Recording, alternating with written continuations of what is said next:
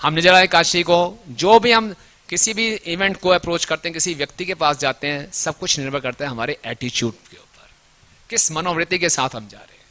Nirjala Ekadashi, Nirjala Ekadashi, Nirjala Ekadashi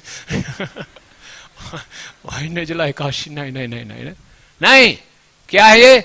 day of absorption, महामहोत्सव, कर्ण उत्सव। खूब सुनना है मुझे आज। आज कितने सुंदर बात है, प्रभु जी कमाल कर दिया, कितनी बड़ी कृपा है भीमसेन जी की, ऐसा अवसर दिया।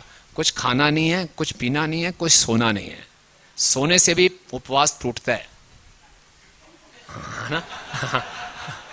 ऐसा नहीं है एसी ऑन कर दिया, बढ़िया से सो गए 5-6 घंटे। कैसी निर्जला एकादशी? बहुत अच्छा लगा, पता ही नहीं चला कैसे निकल गए। नहीं, सोना उपवास को तोड़ता है। Eating, meeting, sleeping, defending, zero, खत्म। एब्जॉर्ब करना है पूरा, सोना नहीं है। उपवास का मतलब है उपवास, नजदीक वास करना है कृष्ण के। और सबसे अच्छा तरीका है कृष्ण के पास नजदीक करने की, एक तो है कि ऑल्टर में घुस जाएं, बैठ जाएं वहां पे, वो सबको मिलेगा नहीं। आज हम धन्यवाद देना चाहेंगे विशेषकर मुरली कृष्ण प्रभु, पूरे पुजारी टीम का। देखने को इतना सुंदर श्रृंगार है, इतना सुंदर श्रृंगार है ताकि हम अपने आप को एब्जॉर्ब कर सकें। और विशेषकर उन्होंने आम के फल लगाए हैं, 250 किलो आम लगाया गया है। और इसलिए लगाया गया कि जो जो भक्त उत्साह से निर्जला एकादशी रखेंगे सबको एक एक आम का फल मिलेगा। पिबत भागवतम रसम आद्यम, जिन्होंने भागवत का श्रवण किया उनको प्रत्यक्ष रूप से आम मिलेगा, और इसका रस का जब आस्वादन करेंगे और मीठा लगेगा। ठीक है, जिन्होंने नहीं रखा उनको भी मिल जाएगा, चिंता मत कीजिए, बहुत है। तो सोना भी वर्जित है, खाना पीना भी वर्जित है। आप निश्चिंत हो जाइए, केवल आज एक ही काम करना है, हरे कृष्णा कृष्णा कृष्णा हरे हरे, हरे राम राम राम। खूब नाम लीजिए और सुनिए, भागवतम सुनिए और हरि नाम लीजिए। भगवान को जानने के लिए 2 सुंदर कान दिए हैं, केवल कर्णों के माध्यम से ही भगवान को जान सकते हैं। और एक कान ऐसी विशेष इंद्रिय है जो भगवान ने, यही 2 इंद्रिय है जिसको नॉर्मली ओपन रखा है, ओपन कंडीशन में है, बाकी सब नॉर्मली क्लोज पोजीशन में है। और हर एक ओपनिंग का जो शरीर में है उसकी कुछ लिमिटेशन है। मुख से आप कुछ सीमित आहार खा सकते हो, चाहे जितना मर्जी अच्छा लगे, उसकी कुछ लिमिट है। आंखों से भी थोड़ी देर देखते हो आंखें झपकती हैं, नहीं, कान एक ऐसी इंद्रिय है जिसकी कोई लिमिट ही नहीं है। डालो जितना डाल सकते हो, डालो डालो, हरि नाम डालते रहो, हरे कृष्णा कृष्णा कृष्णा हरे हरे, हरे राम राम राम हरे हरे। तो इतना डालना है हमने। ऐसा घबराइए मत कि हरे कृष्णा बाहर निकलना शुरू हो जाएगा। कान की कुछ लिमिटेशन है, कितना डालोगे प्रभु, 16 माला हो गई, अब अंदर जा ही नहीं रहा, जल्दी करो, अंदर ब्लॉकेज हो गई। कुछ नहीं, इतनी सुंदर इंद्रिय बनाई है भगवान ने, अनलिमिटेड कैपेसिटी। ये पूरा शरीर सीमित है, लेकिन एक इसमें ऐसी इंद्रिय जिसकी असीमित क्षमता है। और भगवान ने ये क्यों दिया है? इसीलिए कि मेरी कथा अनंत है, मेरे नाम की महिमा अनंत है। तो अगर सीमित कैपेसिटी वाला दे दूंगा इंद्रिय तो आप सुन नहीं पाओगे, बोले ब्लॉक हो गया, कितना सुनूंगा, खत्म। नहीं, सुनते रहो सुनते रहो सुनते रहो। और जितना हम सुनेंगे उतना हम अंदर से पोषण हमें मिलेगा, है ना। तो क्या करना है? ध्यान पूर्वक जप करना है। अगर मन ध्यान पूरा हरिनाम पे लगाया हुआ है तो भूख प्यास नहीं सताएगी। और आपको थोड़ा चेंज चाहिए, वैरायटी है, कथा सुन लीजिए, भागवतम पढ़ लीजिए, फिर माला कर लीजिए, फिर कथा सुन लीजिए, फिर माला कर लीजिए। पूरा दिन फीस्ट ही फीस्ट, सुपर फीस्ट लेंगे, सब फीस्ट का आस्वादन करेंगे, सब फीस्ट लीजिए आराम से, कोई दिक्कत नहीं है। इसलिए जो एकादशी है ये कोई बर्डन नहीं है हमारे पे। इस एकादशी के दिन हम डोंट्स पे फोकस ना करें, डूज पे फोकस करें, है ना। जब डोंट्स पे फोकस करेंगे, पानी नहीं पीना, पानी नहीं पीना, पानी नहीं पीना, बहुत प्यास बढ़ेगी। डूज पे फोकस करो, ज्यादा हरि नाम, ज्यादा हरि नाम, ज्यादा हरि नाम, ज्यादा कथा, ज्यादा कथा।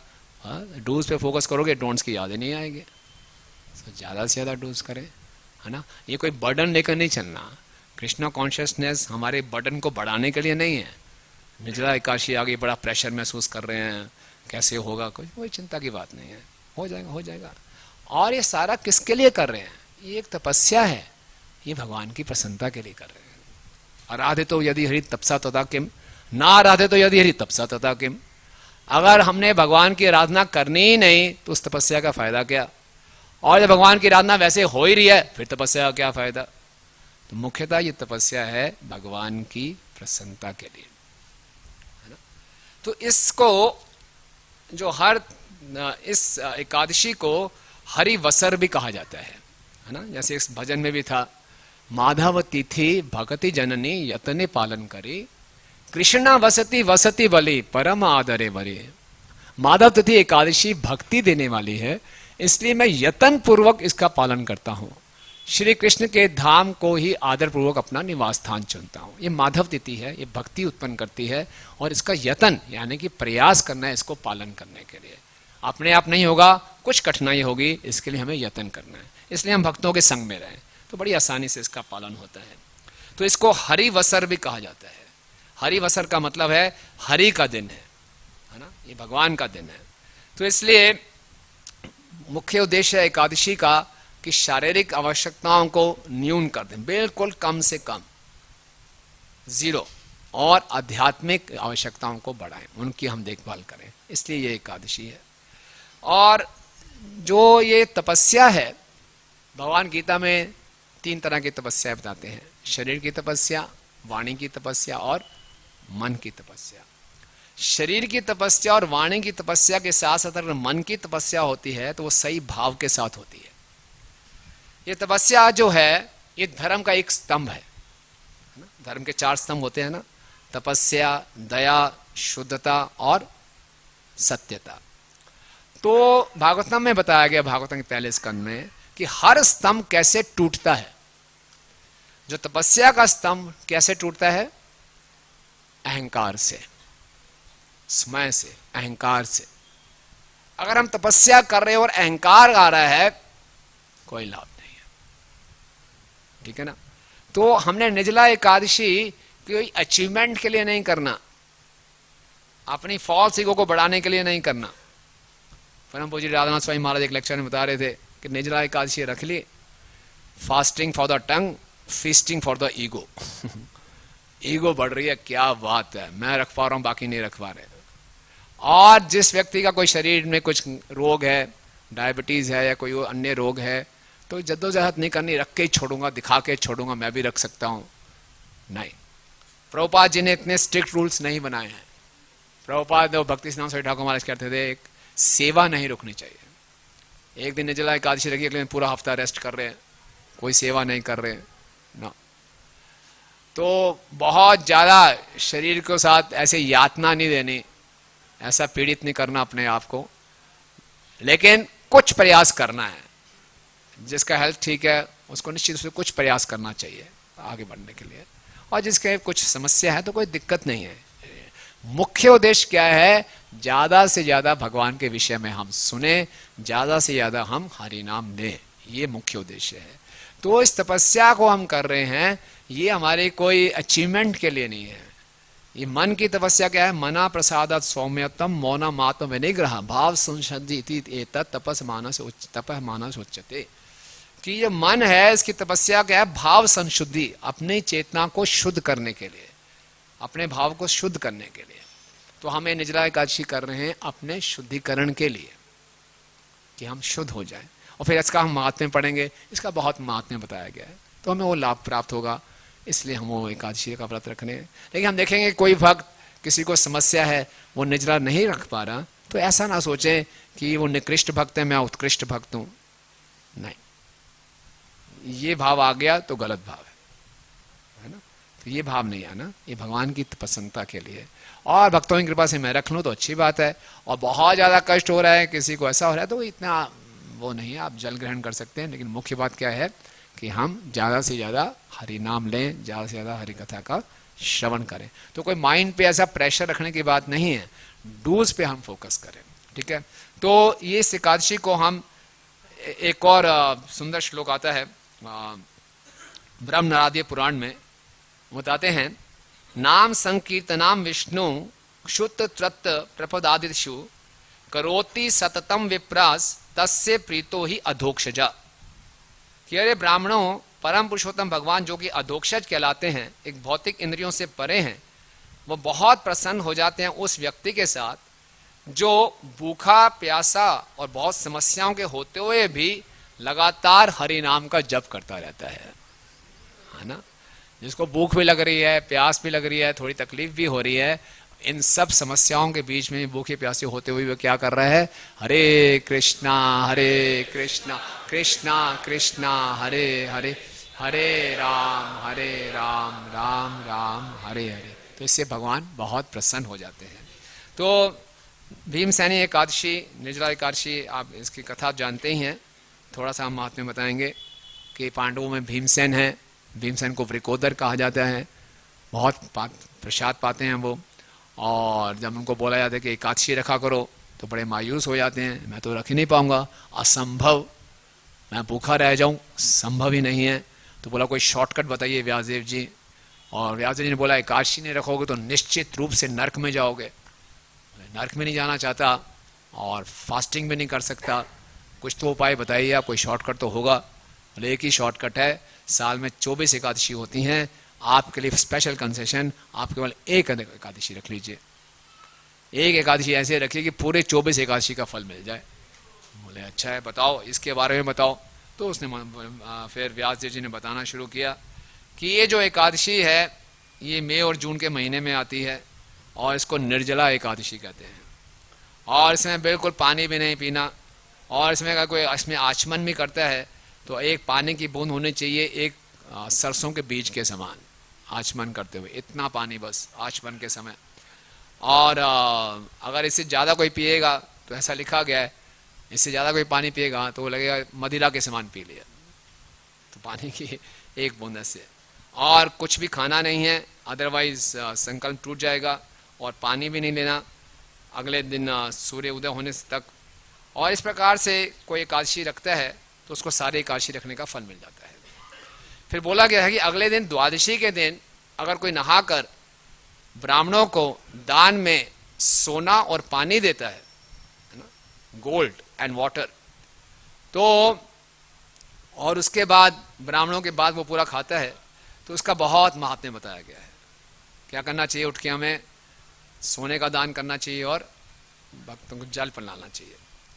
अब बोला कि इसकी महिमा सुनो, इस एकादशी को करने से हमें बाकी सारी एकादशियों को पालन करने का फल मिल जाता है।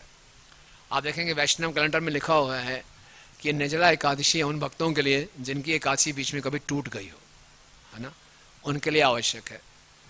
क्योंकि ये एकादशी रख के किसी की एकादशी टूट भी गई है तो उसका फल उसको मिल जाएगा, वो एकादशी रखने का भी।